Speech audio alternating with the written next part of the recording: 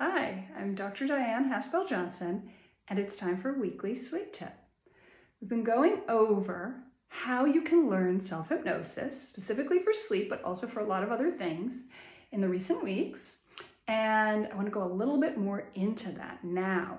So in a past series, I talked a lot about auditory, visual, and sensory modalities and language, and how we all process in different ways. Some people have one system more dominant, and other people have a different system more dominant. And here's an interesting thing. The dominant system that we use to process information is an access point to hypnosis, and the least comfortable system, the least used system, is a place we go into the deepest trance. So I'm going to give you an example of that, okay? Because that's kind of like a complex concept, actually. So I'm, for example, a very visual person. I have a photographic memory, and an auditory person. So I hear things in details in what people say. It's a handy thing for hypnotherapists and psychologists, isn't it?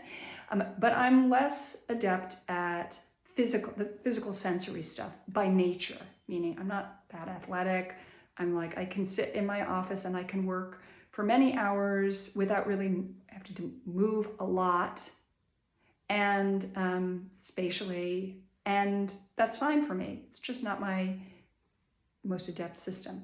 Some people are the opposite to that, right? They might be really comfortable in this space and with their sensory, and need to kind of get out and bump against things or feel things or be emotional in that way.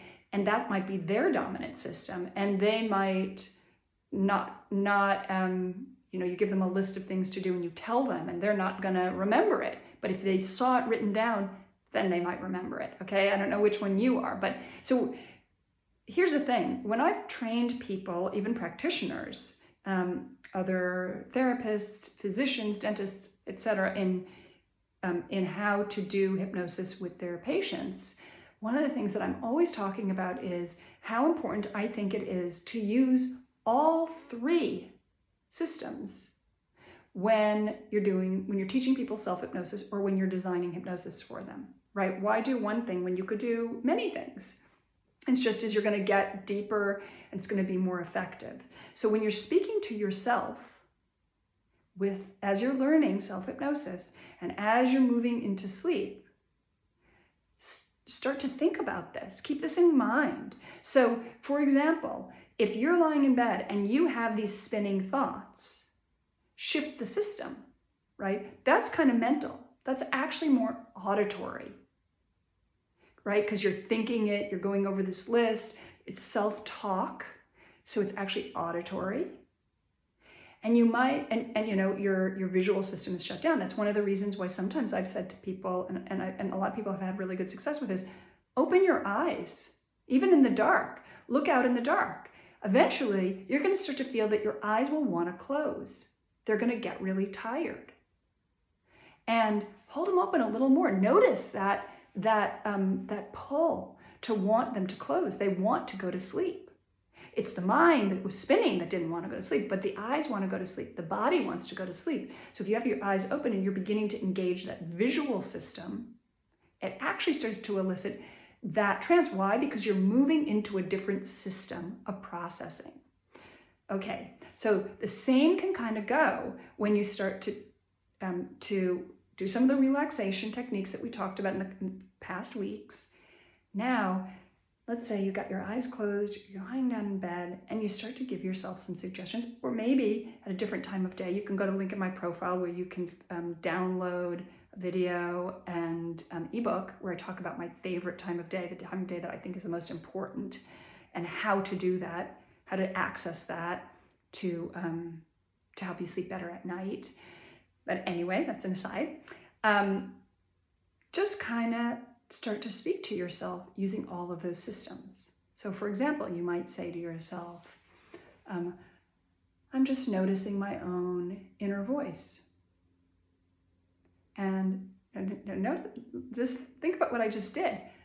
I'm noticing Notice is actually a visual word. So when we use the word notice, we're actually going into a visual processing system. But then I said, just notice the sound of my voice. You can say this to yourself. I'm noticing the sound of my own voice, my own inner voice. Oh, okay, so that's voice. Noticing is visual. Voice is auditory, it's sound. And I'm also noticing the space, the pauses in between each word. Space. That's actually a sensory word. So I know this sounds like, oh, it's so detailed. Oh, does it really matter? And I'm going to tell you, yes, it does matter. It does matter because now I'm engaging all of my systems. No, not all of my systems, but my 3 primary systems. And so you can start to build things. Oh, okay, now I'm going to notice myself relaxing a little more. Remember I talked about that a few weeks ago. That's more sensory. Imagining a sanctuary. You can visualize that. You can think about the colors. You can think about the sounds. You can even think about the smells. Now you're engaging even another system. The touch, how it feels to, lay down on the beach. Okay, and what that feels like with this warm sand or the warm sun. And these are the kinds of things that can start to build your sanctuary, build a relaxing state, and help you move into a self-hypnotic state that can really help you relax, in general, rest, and then sleep. Okay, let me know how it goes. Let me know what you think. Give me your comments. And don't forget to download your free ebook and video where you have some more sleep tips. And until next week, sweet dreams.